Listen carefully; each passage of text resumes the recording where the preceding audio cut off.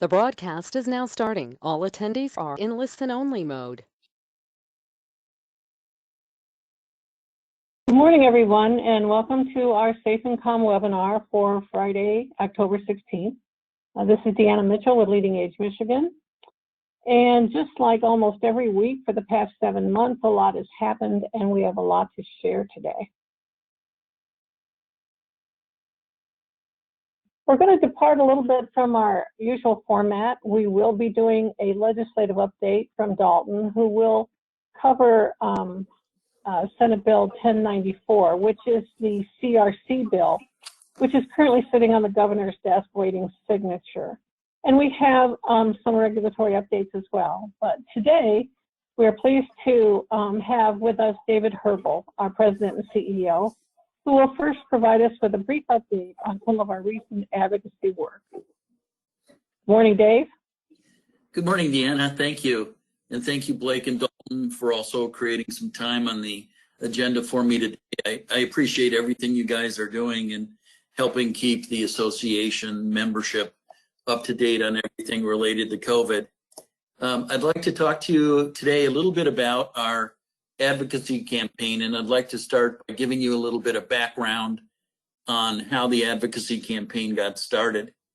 You know, a couple of weeks ago, the board of Leading Age Michigan sat down and was talking about the negative effects that are occurring with our seniors as it relates to the visitation orders that exist in Michigan and some of the complications around those orders as it relates to all the levels of care in Michigan. And the board, in their wisdom, charged the association staff with taking a little bit of a deeper dive into this and consider a grassroots messaging campaign that would begin to educate lawmakers as well as policymakers and help provide voice to the residents and families of our organizations through, like I said, a grassroots advocacy campaign. In order to give that some thorough thought, there was the idea that we needed to start a communications task force. And so we immediately stood the communication task force up. And I just would like to mention the folks on the task force and thank them for their input so far. On the task force, we have Jeff Hughley from Beacon Hill, Barb Giles, Jewish Senior Living, Dave Game from Wellspring Lutheran Services, Sister Maureen Comer from Lourdes Nursing Home, Steve Fedico from UMRC in Pepper Hills, and Jay Prince from Heritage Communities. And so I'd like to thank them all for their dedication in helping stand this program up thus far. I was prepared today to talk to you about our grassroots advocacy campaign and our messaging that would be a statewide message about the negative effects that are occurring to our seniors from these visitation orders. However, yesterday, things changed late in the afternoon, and Deanna's going to talk about that with you a little bit later. But the Michigan Department of Health and Human Services decided to come out with a potential order on indoor and outdoor visitation for all of the care settings in Michigan. And Deanna will cover that with you in a little bit.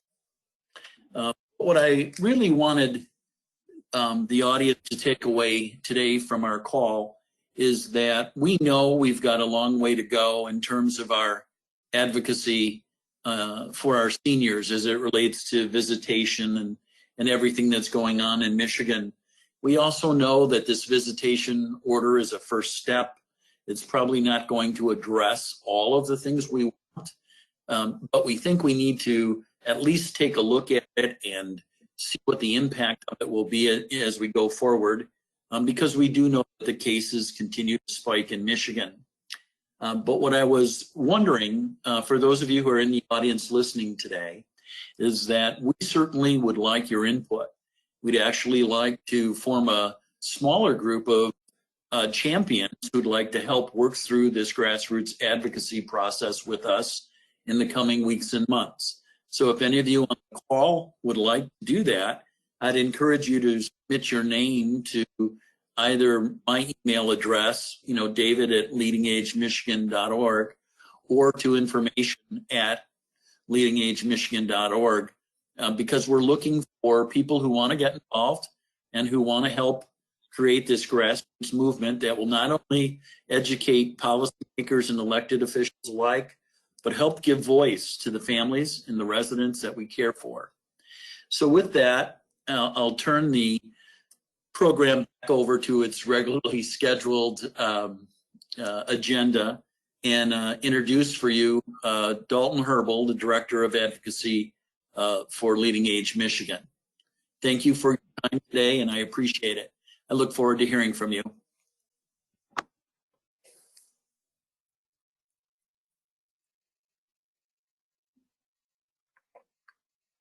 Excellent. Well, good morning, everyone.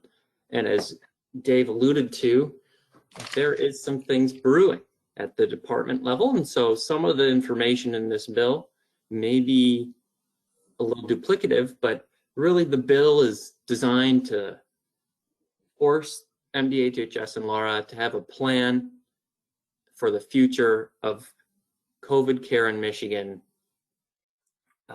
because of the holes created and left by the removal of the executive orders.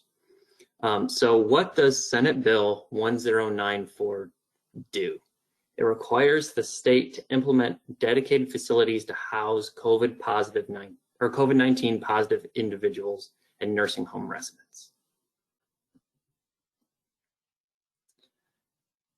So as I said, the bill was created to fill the holes left by the Supreme Court's decision. And it's important to note that it is currently on the governor's desk. And what that means is that it's been signed and passed by the House and the Senate, but it still needs a signature from the governor to become a law in Michigan. And so it's important to note that this isn't finalized yet, and the governor hasn't signed anything, but all of these bills come out of that House session that lasted about 16 hours on Tuesday, where there was behind the scenes negotiations going on between the governor and the legislature and legislative leaders to kind of get things done for the future of Michigan. So the likelihood that this gets signed is pretty high, but there's no guarantees in Lansing.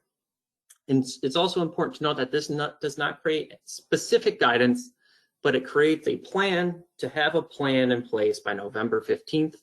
And I included a link here, this time not to the bill text, but to the bill summary provided by the House. So every time there's a bill out there, there's the bill that's kind of in formal language, and then they release a still complicated but not as complicated summary document that I think is easier to read, and that link will take you to that document. So the bill really focuses on three things, and it has three sections. The three sections that it are is that it forces or tells MDHHS with the assistance of LARA to establish and publicly report a plan to have visitation. That's indoor and outdoor visitation. And it sounds like the department is working on something with that, and Deanna will talk to that later. They also tell the departments to work together to create a plan to create care and recovery centers. CRCs is what they're known as and abbreviated throughout a lot of documents, as well as the guidelines for CRCs. There's also a section dedicated to describing the criteria and guidelines for dedicated care units within a SNF. And so this will be kind of the application criteria that you need to meet if you're a SNF provider and you'd like to provide COVID positive or care to COVID positive residents in your facility. The bill also kind of jams together another bill within it. And if you have been following the calls, you'll know this as the CETO bill, or I think it's Senate Bill 956. But what this does is that it limits those who can be admitted or retained in a nursing home based upon COVID positive status and the MDHHS policy implementation timeline.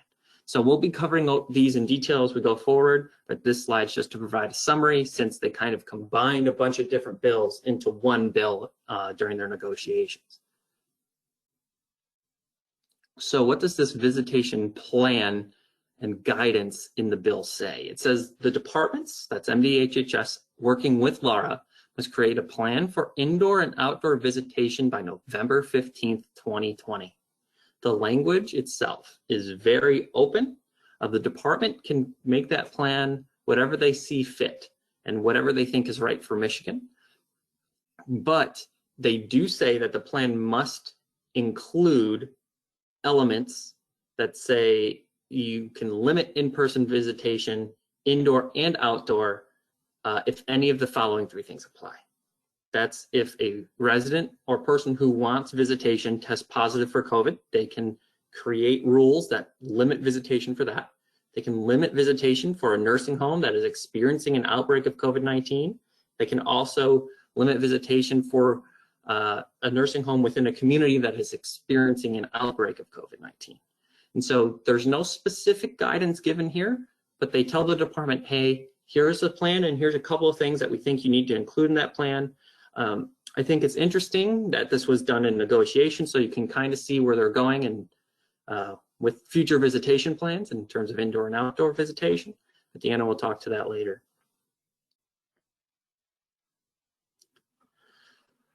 So the next part of the bill, the next section, are the establishment and guidelines for care and recovery centers.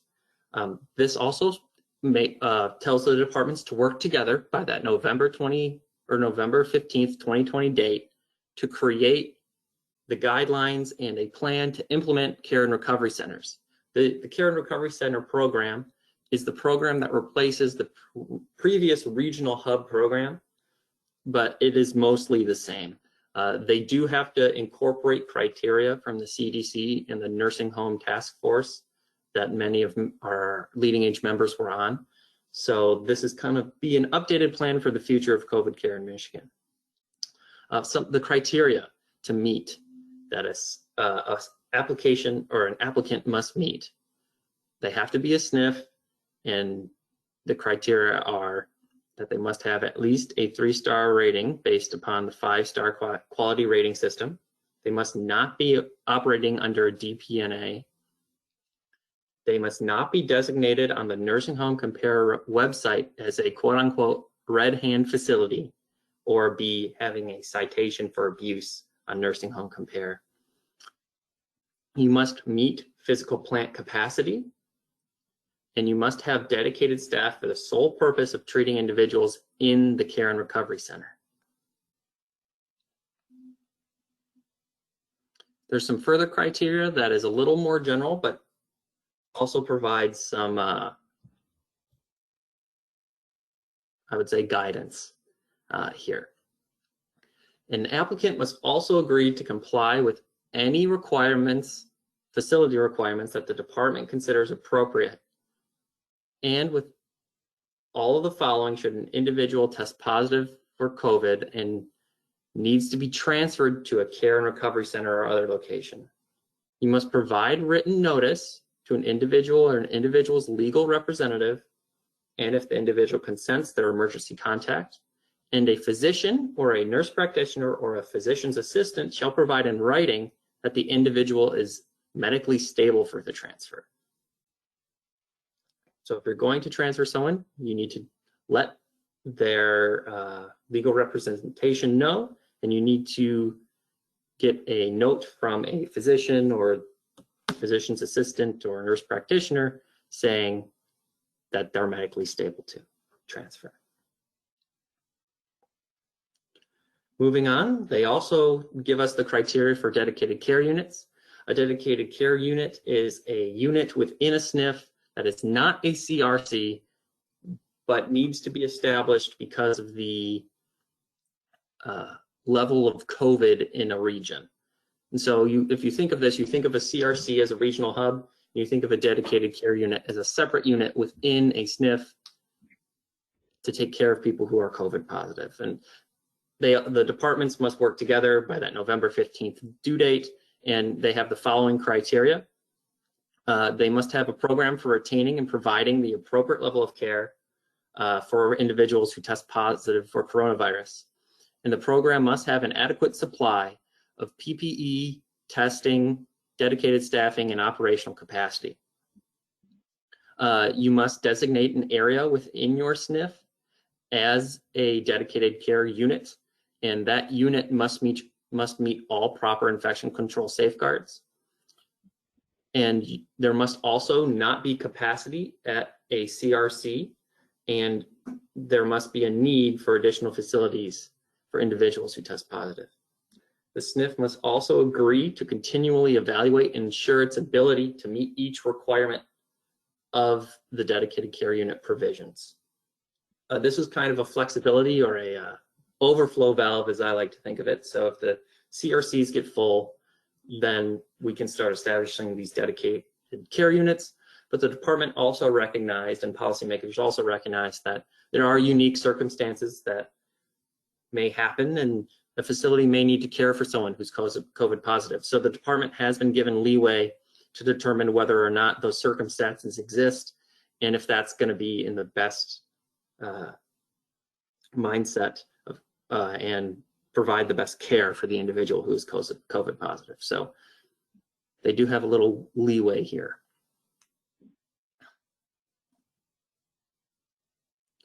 So this is, the next part of this is a little confusing because it's all based upon when MDHHS and Laura release their guidance for CRCs, dedicated units. And there's two levels of it. So you're going to see on this slide that this language pertains to before November 15th or before guidance is formally issued from the department. And the next slide is going to be after November 15th or after CRC guidance is issued. And this is all in relation to a nursing home admitting or retaining a COVID positive resident. So before November 15th, an individual shall not be admitted or retained for care in a nursing home if the individual has tested positive for coronavirus, is currently receiving treatment at a hospital, and has less than 72 hours remaining in the individual's overall isolation period. It is important to note that if hospitals reach surge capacity, then this rule does not apply. After there's guidance issued, the language changes, or after that November 15th due date, it then changes that an individual who has tested positive for COVID shall not be admitted or retained for care in a nursing home unless the following apply. They have recovered from their illness, the nursing home has not been approved as a CRC, or the nursing home does not have an approved designated care unit. Something I forgot to mention throughout my piece today is that these CRCs and dedicated units need to apply to MDHHS for approval, and they will work on that. And I believe they've already sent out the applications for CRCs since the deadline is today, I think.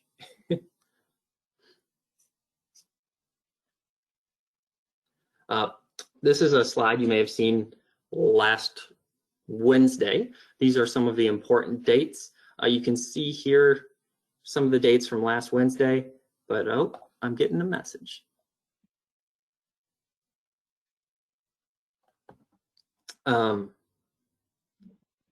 We did add the fact that MDHHS has reached out, and if you remember those CMP funds that were set for communication devices, and you could get like $3,000 based upon the need in your area for visitation, those deadlines have been extended. The communication device deadline is now October 31st, so if you missed out on applying for those grants, those are still available.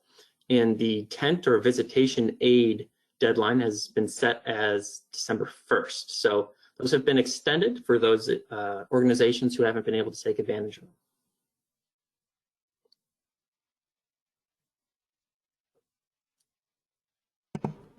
All right, thank you very much, Dalton. Before we get into any questions, Leading Age Michigan wants to thank our business partners for their continued support during the pandemic, and we encourage you to take a look at the logos on the screen. These are the organizations that continue to support the association and your organizations as well. Without their continued support, the Education Foundation would be unable to be as dynamic and innovative as we are. Therefore, when you are considering a purchase of goods or services, please remember this page of logos and consider making a purchase from one of these fine organizations. Okay, so we do have a couple. This first one's more of just a comment. I hope they define outbreak more specifically for community. Yeah, that isn't defined in the bill, so that'll be something that the department will need to define for us. Okay. Does the bill prohibit us from caring for COVID positive within our facilities? Must we transfer to a CRC when we get a positive? After guidance has been issued, yes. Unless you apply for the dedicated unit status within your facility, you would need to transfer to a CRC. And if those are full, then you might meet one of those unique or rare circumstances that the department can provide kind of a pass, if you say, or approve a dedicated unit for. Okay. So will we not be... Okay, so that's actually the same question. Someone says, can you please email those dates to us, please? We will be sending out the PowerPoint, but also if you just wanted those right now, if you go to the little handouts tab on your GoToWebinar, we have 4 handouts, and then the one labeled, let me check it really quick. It just says COVID-19 PowerPoint 10/16/2020. That would be the PowerPoint for obviously today's webinar, and you can go ahead and grab that, and those will be in there. Can you clarify if a nursing home is not a CRC? Are they not allowed to add? Is it so? Yeah, after November 15th. Again, same question basically. How do we get our isolation unit approved? So Laura, or MDHHS, excuse me, is tasked with sending out an application to providers. So they will be releasing an application to providers for this. And just to speak to it, since there's so many questions about kind of the process here, if you think about it in like a tiered system, after guidance is issued, a nursing home who applies to be a CRC and meets the criteria will be a CRC. And then if the CRCs are full, they will start approving dedicated units within facilities. If the CRCs are not full, the bill reads that an individual must be transferred if they're medically stable to be transferred to one of these CRCs. If not, they will work with you to establish a dedicated unit, or if you feel you already meet the criteria for a dedicated unit, you can apply to the state or MDHHS, and they're tasked with sending out an application. Okay. And then there are rare and unique circumstances that the department has leeway to approve for you to care for a COVID positive individual in your facility if they meet the circumstances, but that's up to the interpretation of the departments. All right. Someone asked, can leading age advocate for facilities to be able to care for their own COVID residents? Yes, we can. All right. Is it true that MDHHS issued invitations to the organizations that met the selection criteria? I believe they sent out a list. I don't know if they sent a direct invitation, but I know they sent a list, and they did try to contact individual facilities who they believed met the criteria before this bill was even passed by the legislature. I don't know if you have... Right, can I jump in here, please? Dalton? Yeah, please. My phone apparently is ringing. Yes, my understanding clearly is that they only sent the invitations to persons who met the first pass of their criteria. And right now, I don't know how the actual MDHHS plan for care and recovery centers matches the legislation. But I want everyone to remember that the legislation has not been signed. And so until it is, it's not in effect. But the current rules as established by MDHHS for care and recovery centers, those are in effect. And unfortunately, I think they had a very short application deadline of today. And those invitations, along with a list of who met the criteria, was sent, but it was only sent to those providers who were listed as meeting the first pass of criteria. Yep, we had one person say that they did receive an invite. But it looks like that Okay. was the last question, so we can go ahead and move on to Deanna's. Okay. All right. So before we jump into the visitation possible guidance, we're not going to do a situation update today, but I always like to kind of take a quick look at what the positivity rates are as published by CMS. And these are the counties that have more than 5% positivity rates. So last time we did this, which was about a week and a half ago, we had a couple red counties. We don't have any red counties this week, but we do have a slightly increasing number of yellow counties, and most of them are in the Upper Peninsula. But that's how the positivity rates are going county by county at this point. So probably the most important update that everyone wants to hear about today is the MDHH plan for indoor visitation, as Dave talked about earlier. We did have a conference call with the department yesterday where they, in general, described their proposed parameters for indoor visitation. And I want to make it clear to everyone that there was no written draft of this proposal. And so this is what they told us via phone, and it is all proposed. However, there is a clear plan from the department to issue something in terms of guidance as early as next week, with an implementation date perhaps a week or so after that. That's what they were talking about yesterday. So basically, the proposed guidance, and one of the most important things is it covers all the levels of residential care, and again, that includes independent living. Indoor visitation would be allowed whenever there were no active cases, which means staff or resident, for at least 14 days in the facility. If you're in a county where the current risk levels are either low, A, B, C, or D. And there is another qualifier, unless the local health department finds the facility exists in an unsafe area. So there can be some local health department involvement, as we all know.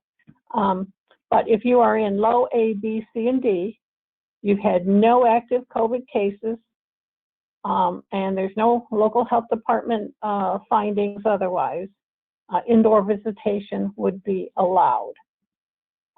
However, with all of the parameters for visitation that currently exist for those exceptions, counties who might be at C and D levels, so they have a little bit more, a little bit higher transmission going on there, they would allow indoor visits, but those visitors would have to have been tested within 72 hours of their visit. And this says PCR test, but it's supposed to say POC test, or a private testing. So that people at those higher levels, indoor visits are allowed, but the visitors would have to be tested. They are discussing currently whether or not they're going to cover this kind of testing, and that's in discussion as well. 16 counties, they noted that there were 16 counties currently listed at level E. And level E, if you know, is the really, really high risk areas. So if you're in level E, you cannot have indoor visitation except for compassionate care or ADL care. They are considering that those facilities who are in those very high risk areas E might require testing for visitors for compassionate care ADL care, but there's no indoor visitation other than that for those areas. They're also anticipating some additional guidance about visitation in AFCs with less than 6 residents. So they are considering whether or not just to allow indoor visitation for those small facilities. People can anticipate that there will be similar rules and requirements as that for the current end-of-life compassionate care ADL visits. In other words, you have to have limitations on the number of visitors. You can identify how many visitors you can handle at one time, appointments, monitoring, etc. One of the important things that the state's going to have to do is they're going to have to update that My Safe Start map, because they're really, the criteria that they have for their risk levels of low, A, B, C, D, or E is kind of not transparent. So it's kind of hard to figure out what your county is in right now. They will give you a color code, but it's a color code based on two things separately: your county positivity rate as well as your caseload rate. So there's no, this is your county color. So they're going to work on this and update the My Safe Start map to meet the criteria. So that's what they're proposing right now. I'm sure there's going to be a lot more in this guidance as it comes out. And if it holds true with what the department said yesterday, it could be in the next week that they issue it, with an implementation date a week or so later. So that was kind of exciting news after all this time to get some indoor visitation. And as Dave said, we're going to look and see if we think that that really is going to work for the residents in and of itself. So we're going to move on now to the HFA and AFC frequently asked questions. That's a set of guidance that the Bureau does, and they were updated on October 14.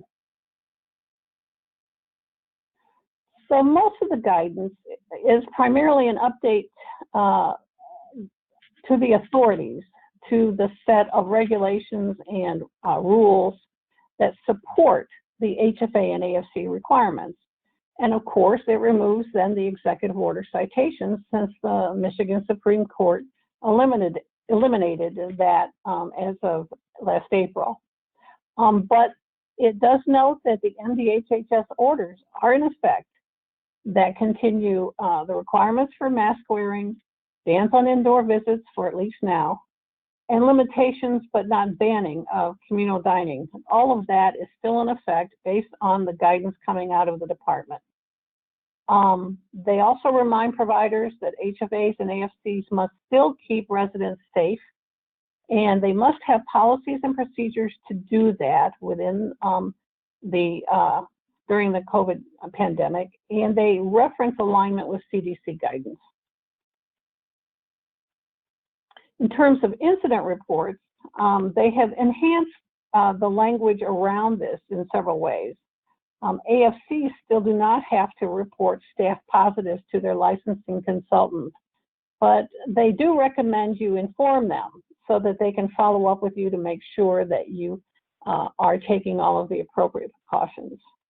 However, HFAs must complete an incident report whenever a resident suffers or is at risk, and the department considers any active positive staff cases as something that must be reported. So you do still have to report those.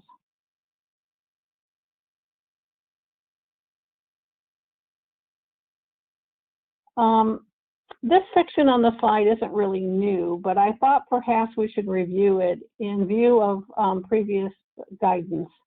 That was very confusing about what to do with COVID positive persons. And that guidance that I'm referring to is what we used to call the regional hub guidance that started out requiring everybody have a dedicated unit.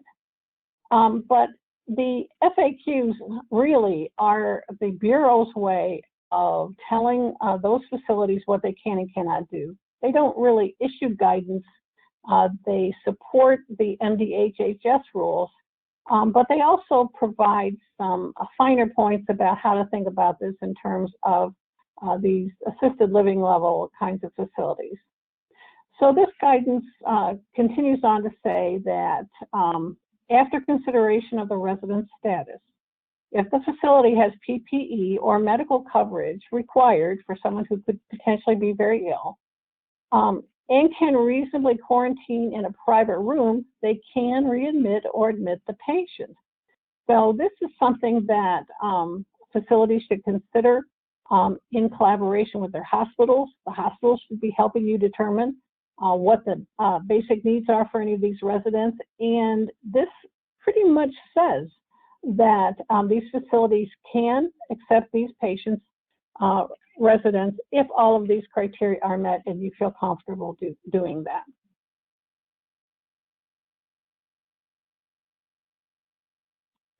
In terms of background checks, and in particular a note about fingerprinting, the department states that at this time almost all fingerprinting locations are open, and from October 5th on, all conditional hires should be fingerprinted within 10 days of hire. Persons whose fingerprinting was postponed during the pandemic months, those must all be completed by October 20th. And the website for the workforce background check information is all listed right there. As of October, all CPR and first aid cards should be current. If there are any facilities who are having trouble getting staff into courses for this, they should contact their licensing consultant. A lot of the next set of requirements, and this seemed a little odd to me, but they're based on the existence of the MDHHS epidemic order that was sent on 10/6. And that is the order after the Supreme Court decision. And that order talks about visitation, communal dining, and covers a lot of the issues in terms of residential care, most of which were not new to us at all. It just kind of consolidated two executive orders, put them together for us. However, although these next topics are not included in the order at all, they were included in previous orders. The Bureau states that they will be continued as requirements as long as that residential order, which is the one from 10/6, is in effect. And that current order is in effect until October 30th. So if you continue to have problems with completing all the pre-employment paperwork for new hires, the Bureau knows that there'll be some leniency there. But again, those staff should not be left alone until completed.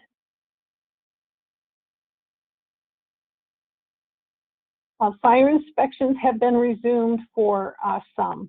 And the Bureau is continuing to investigate complaints. They do note that some of the vendor testing could possibly be delayed, and they're expecting that. However, should anyone have any system problems that could potentially be somewhat dangerous or concerning, you must get those fixed immediately. So again, this next session is not new, but again, another reminder that there is no ban on new admissions and that you do have the right to quarantine these new admissions, but you must first inform prospective residents and families of that before you admit them. And if you do need to quarantine someone for symptoms, you can do so, but you should get an order from the local health department.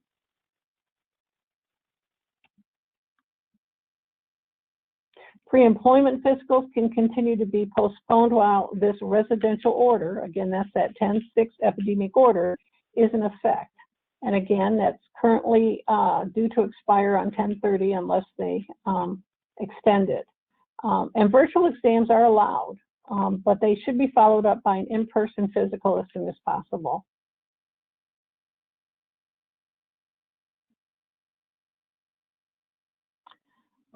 Residents can be allowed to leave if they're able to do that. But again, facilities should consider educating and ensuring that residents and their families are aware of the risk and all of the safety precautions and social distancing and masking that should happen.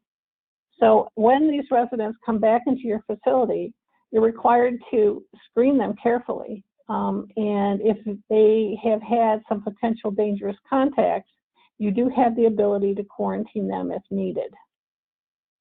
In terms of licensing, the postponed inspections have delayed a lot of the licensing for facilities whose license are about to expire. So those facilities with delayed renewals will receive an extension letter, but that may not come for 2 weeks until after your expiration date. So if you haven't received such a letter after 2 weeks following your license expiring, there is a contact number here to call.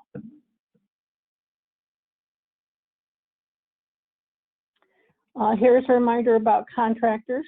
Contractors can do non-essential work, but only in areas that are completely separated from the resident areas. If there is any essential work that must be done in a resident area, contractors must be screened. Otherwise, contractors are prohibited. So let's pause for a minute, take some questions regarding visitation and the HFA, AFC frequently asked questions. All right, thank you, Deanna. Before we get to any questions, each year Leading Age Michigan is thrilled to spotlight the new and innovative programs and services displayed by our business partners during our annual conference at our Solutions Expo.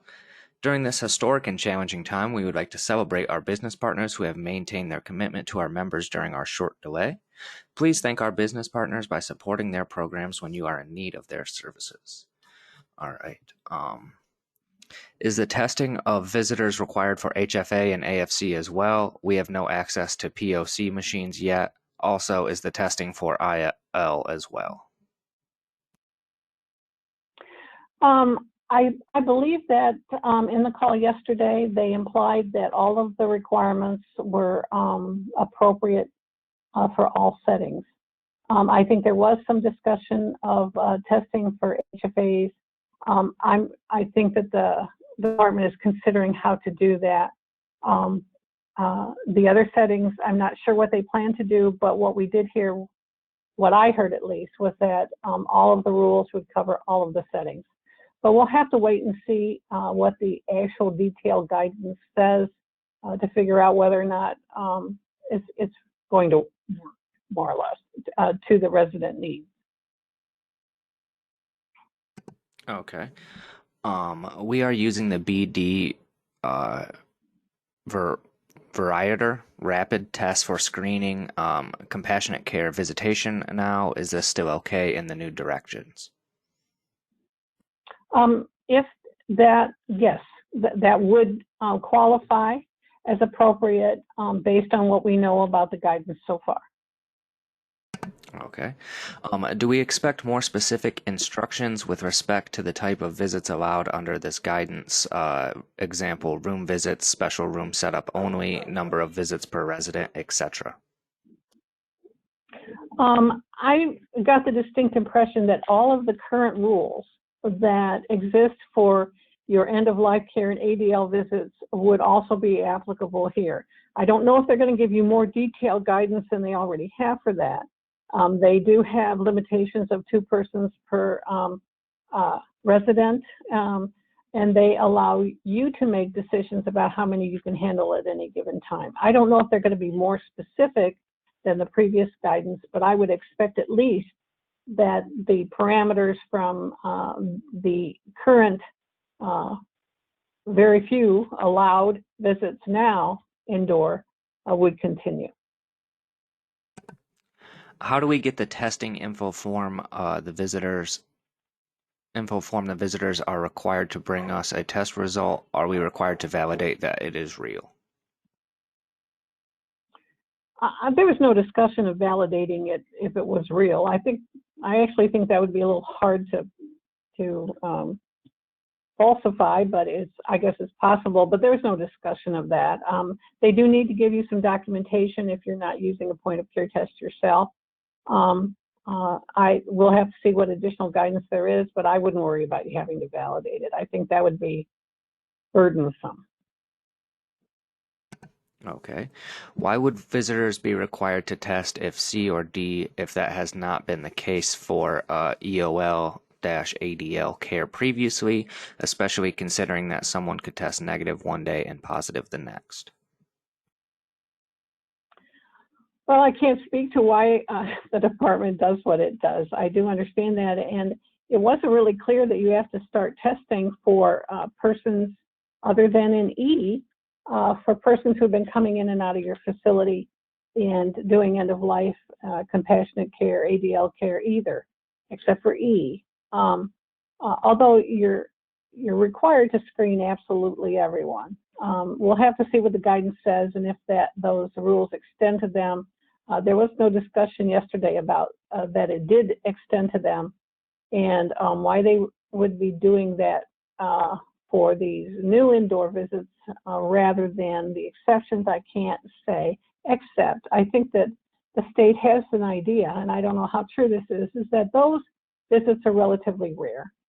So it may not be as important as a larger number of people who could potentially be coming in for indoor visits now. Are the risk levels going to coincide with each county instead of large geographic areas? Yes, we're talking about county-based levels finally. But remember that they're going to have to update the whole My Safe Start map web page in order to do that. Okay. As of today, HFA can open dining, correct? HFA, along with the rules that are listed in QSO 2039 nursing home. Granted, it's for nursing homes, but MDHHS has taken that criteria and applied it to the whole range of residential facilities, including independent living. So yes, you can do communal dining as long as you're social distancing and you can't have anybody in there who's suspected or known to be COVID positive. Those rules will still apply. But yes, all settings are allowed to do some very safe communal dining. POC testing in an IL setting is unrealistic. In our area, COVID testing sites are again requiring physician order for testing. How are family members who are interested in indoor visitation going to become eligible? Should we be contacting the county now so that testing sites will relax their current doctor's order requirement? Well, I think that there's several issues there. One is we don't know that this is going to work really well for independent living, and that's why we're kind of taking a step back, but we're going to look and see what advocacy specifically we might need beyond this, as Dave was talking about. I do believe that there's well, all the laws are kind of up in the air, but there was a rule that said that you don't need a physician, that other clinicians can order these tests. And there is also some state guidance, although this is not formal, this was told to us by someone who used to work in the labs, that for POC tests, that these orders are not really required. But I don't know how much the onus needs to be on the facility to make this happen. Or whether or not, your family and visitors who want to visit can take the responsibility to make sure that it happens for themselves. Especially considering they have to be tested 72 hours before each visit. If you think about that, that's pretty rigorous. So we'll have to see how this plays out, and we'll have to see what the guidance says. I anticipate that there are still going to be some gaps in this guidance that we're not going to love, and we're going to base our advocacy on it. So I don't have a good answer for that question specifically, but we've identified that there could be potential issues with independent living here. Okay. Right now, inside visitation is still banned, and we are anticipating visitation to be approved in the coming week. Am I understanding correctly? Right now, indoor visitation, except for the exceptions, is still banned. The department has told us that they plan to issue an order next week sometime. You can't hold them to a specific day because they almost never keep to it. But next week sometime, with the idea that they would give you a week or so before it would become effective. So I would say at the least we're looking to 1.5 or 2 weeks before it could be effective. But I believe that they know that this November 15th deadline from the Senate bill that's sitting on Whitmer's desk is still hanging out there as well. So they do know that there's some pressure for them to do something fairly quickly here. And they also are aware that it's getting awfully cold for outdoor visits. So I think that the department is, as I said before, feeling a lot of pressure to get this done. And yes, hopefully next week you'll get the guidance, you'll get the rule, but the effective date won't be for a week or so after. How can we find out the risk level prior to the map being updated? I don't think you can. I've tried to do it numerous times. When I look at the risk levels, I get one color for positivity rate, I get a different color for caseload rate, and I don't know how they all blend together. I've tried to pull up the counties on the map, and all the counties in the region are the same, whether they're really the same or not. They're colored the same. So I don't think that you can really. Plus, there are some, I think, additional things that the department puts into that criteria that are not 100% transparent.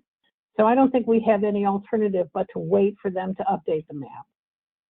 However, if I wanted to know something, I'd be looking at the CMS color codes to see where we fell there as a starting idea about where you might land. Okay. Questions about communal activities. Indoor group activities can occur with the restrictions in place. It isn't clear if outings provided by facility are allowed. Can residents go on outings in facility-driven vehicles?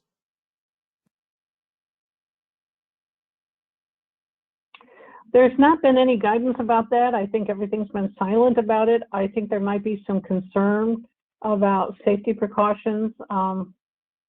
But I think that that's a good question. We could certainly submit it to the department. If outings, an outing in a restaurant, I think would be a little unsafe for seniors, but outdoor outings, I think would be a lot safer. So I think it would depend on the outing and what the criteria would be. And I'm not sure what the department thinks about that, but we can submit that question to them. From what I've heard regarding our county is test results are taking up to a week to get. What are we supposed to do if a family member can't get results within 72 hours? Well, I don't know if this is a skilled nursing facility or an AFC or an HFA or independent living, but I would be relying, if I could, and I know that it's not going to be easy for some of those other settings, but I'd be trying to rely on a point of care test if I could, because they're pretty good at identifying positives. There's some false negatives, but they're pretty good at identifying positives, even though it's not 100% regardless. I would think that if you're having problems finding a lab that can turn around these results fast enough for persons, I'd be contacting the department and having them assist if they could. And that's an issue, again, moving forward about how are you going to finesse all of these additional visitors across 444 nursing homes getting tested. We'll have to see how that plays out as well. When will HFA be provided rapid tests? Some HFAs have been provided some rapid testing if they have a CLIA waiver. First of all, if you don't have a CLIA waiver, I would suggest you get one. I think in the long run, they're not that hard to get. It takes a little bit of time, but it simply says that you're going to follow the rules for these simple kinds of testing. Blood glucose testing requires a CLIA waiver. If you're doing it in assisted living, you're supposed to have a CLIA waiver for that as well. So that's the first thing.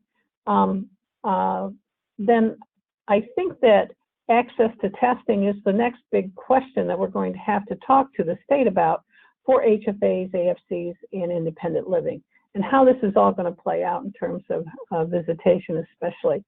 they've been pretty supportive of testing, but mostly just for nursing homes and recently HFAs. So I think that it's going to be a barrier for some of those other facilities, and we're going to have some discussions about that. And that's going to be probably part of our advocacy moving forward. Will we have to have designated visitation areas like outdoor visitation does? I believe that the same rules, again, will apply, that if you have a resident in a private room, they can visit in the private room. If you don't have a resident in a private room, you can allow a visit in a shared room, but only if the person's at end of life or for some reason can't be moved. The idea mostly is that if you don't have a private room, you do have a designated area that has to be disinfected between visitors, like a small reception area or a family gathering room, some sort of designated area in your facility. So yes, I'm sure that the same rules about keeping visitors in designated areas are going to apply, and they can't be roaming around, of course, the entire facility. Are we required to have contractors test prior to doing work?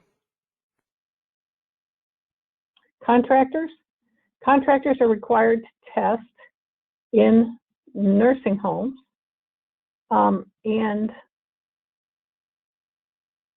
I have to check this. I'm not sure about other facilities. So since there's no testing required in other facilities, but they're required for nursing homes if they spend 8 hours a week routinely there.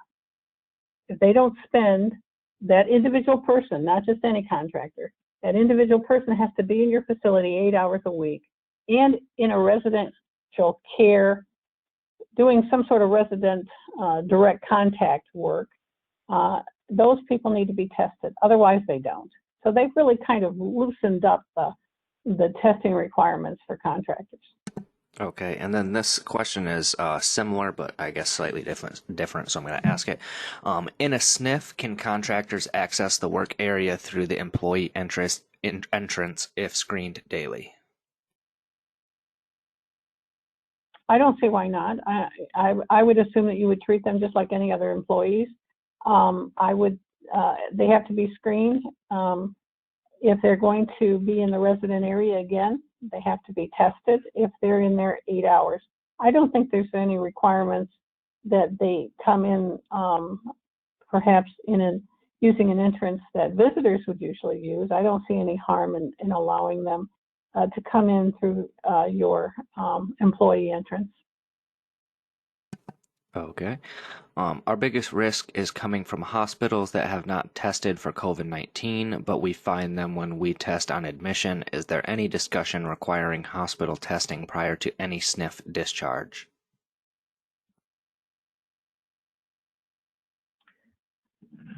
I will have to go back and look at what's now called the Epidemic Residential Guidance. It used to be, I think, 191, Executive Order 191, but I believe that the hospital is required to test. But I'm not sure they were necessarily required to test immediately before discharge. You are required to test on admission unless it's been done in 72 hours. I would think that if you are finding COVID positive persons who have not been tested in your hospital, that's a huge issue. I'd be talking to your local health department and that hospital and maybe the department as well. In fact, if that's happening, please let us know that, and we will try to have some conversations with the department. I do believe that, and I'll have to look at the language, there is something in that last guidance about requiring testing in hospitals. It either says that they have to test during the hospital, or it says according to CDC guidance. But I really think there's an expectation that people are tested there as well. So we'll look into that further. Okay. In regards to the no quarantine requirements for those with one-time outside appointments, can these people be in the DR/communal activities if masked like everyone else? We don't suspect them of COVID-19, just doing a close 14-day observation. My understanding is that they do not have to be in, number one, transmission-based precautions. I don't believe they have to be in a private room. I think that your normal safety precautions should be applied. They simply need to be closely monitored. Okay. Just to be clear, is the state allowing group activities by following CMS QSO 20-39? Yes. Okay. If you're a SNF and do a POC on a visitor, how do we get reimbursed for the cost? And if positive, do we still report to the DHD and will it go against us?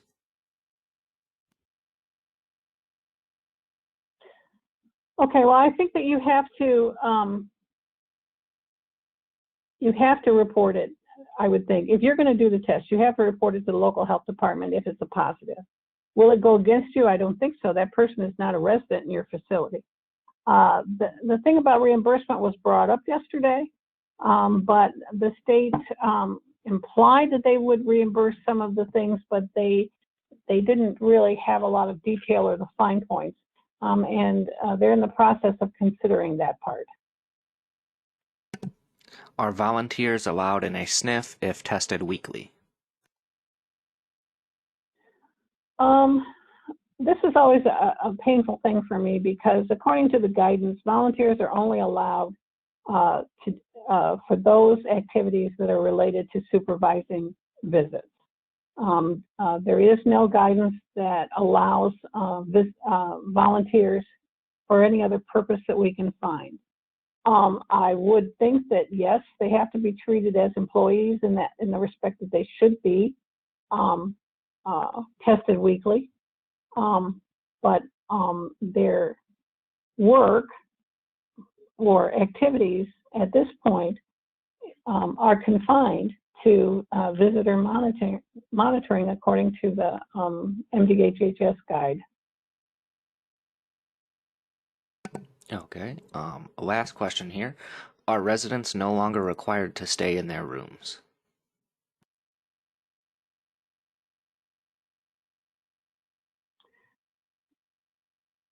Well, you have to have, the answer to that would be no, they're not required to stay in their rooms.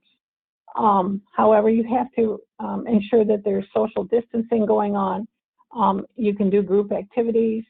I would be very careful about just having people roam around, but there is no guidance that says that they have to stay in their rooms, and but that you have to maintain that safe environment and ensure social distancing, hand hygiene, PPE as needed, masks, meaning masks. So I think that might be hard if I would look at your facility and see what you can do, but there is no requirement that they stay in their room, but you have to make sure that they're maintaining social distancing when you can, understanding that some memory care residents will have difficulty with that. All right, sounds good. It looks like that was the last question, so we can go ahead and move forward. Okay, we just have a few more slides here, I believe, so we can try and get through this. MIOSHA. So it looks like the governor has been working with MIOSHA in order to figure out a way to establish appropriate rules for employers now that our executive orders aren't able to do that. And it's important to note that healthcare providers and nursing homes are called out in this list of rules that MIOSHA put out this week for employers. So they're calling on everyone to first determine the risk level based on these categories for your employees. And you can see under high risk, which I bolded here, that nursing home employees are considered high risk. Not very high risk, mind you, but high risk. So I would suggest that everyone read the rules, the MIOSHA rules that just came out, and a summary. There's a link on the slide for that. The thing about the rules, though, is that most of the rules are really in alignment with CMS requirements for nursing homes. So you must have a written plan. Other requirements is listed here. Barriers between workers. You have to have social distancing. You have to have policies and procedures. You have to consider teleworking. You have to have PPE, disinfection protocols, health surveillance protocols, and training. All of that is pretty much required for nursing homes anyway. However, this also does cover assisted living HFAs. It's not clear that it covers independent living. It doesn't really define it that way. But this is what employers are supposed to be doing in terms of protecting their workers.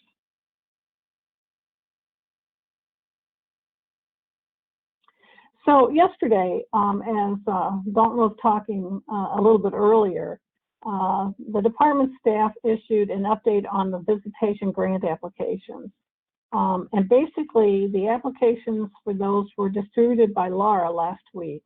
And they can also be accessed using the webpage address here. And we have included 3 documents in our handouts that address this. So the communication and visitation CMP funded grants are going to be open until the end of the public emergency. So for those 2 pieces, you can apply along that whole pathway to the end of the public emergency. But money for the infection control grants must be used by 12/31.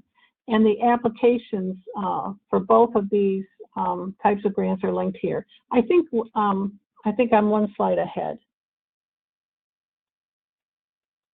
Yes, I think I mixed up these slides here. So this is the one that I was just talking about.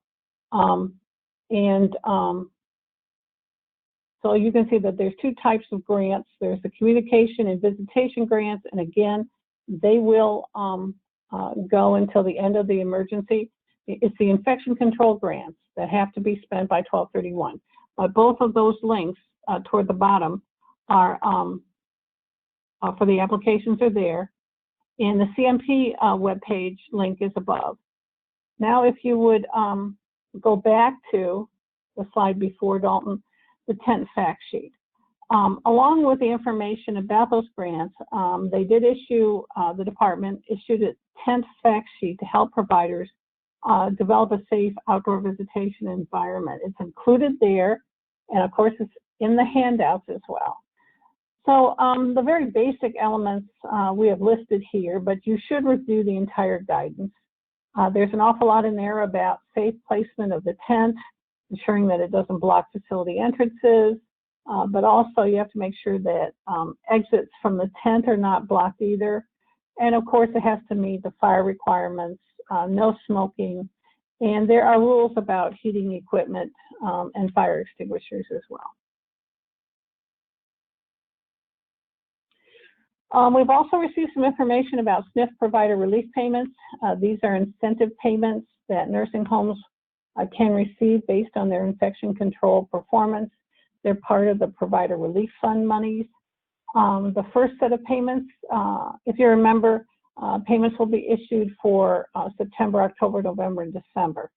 So the payments for September will be issued in October. They think that they'll mostly be out next week. And CMS found that about 65 to 70% of providers are currently eligible for these monies.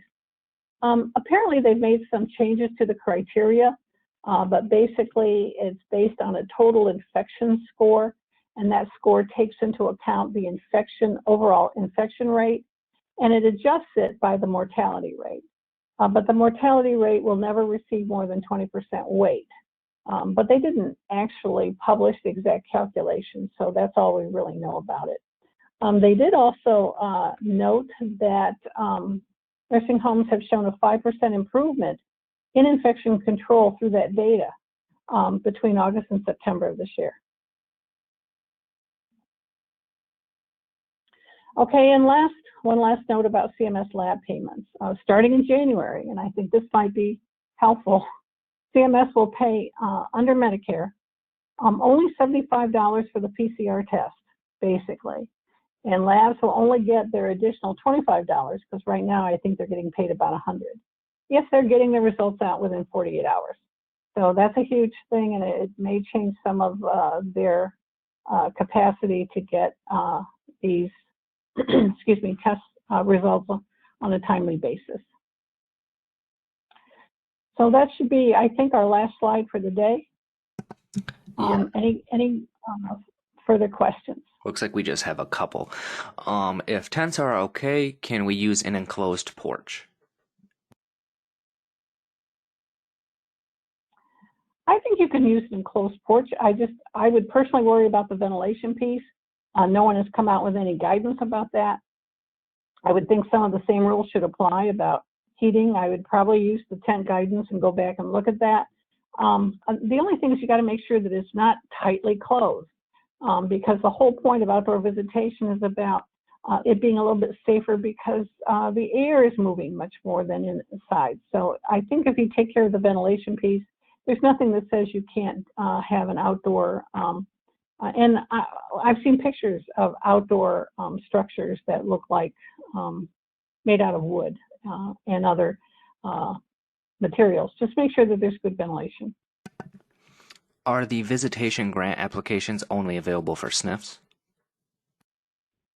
Yes, those are CMP grants.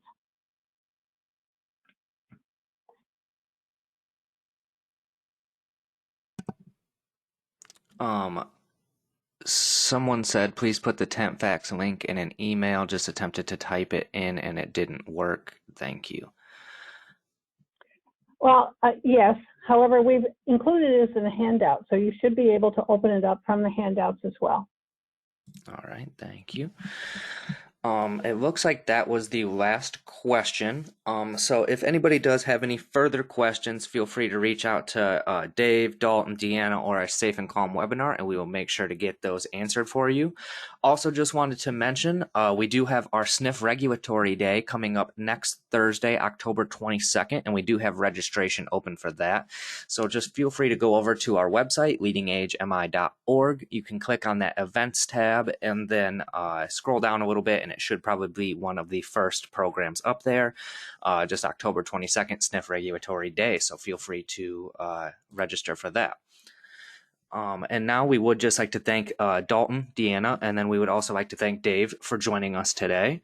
And we would also like to thank our 95 members and participants that took time out of their busy schedules to join us for today's webinar. We appreciate everything you guys do each and every day to support your staff and provide quality care to your residents. We are grateful for your continued support, and we are here for you when you need our assistance and resources.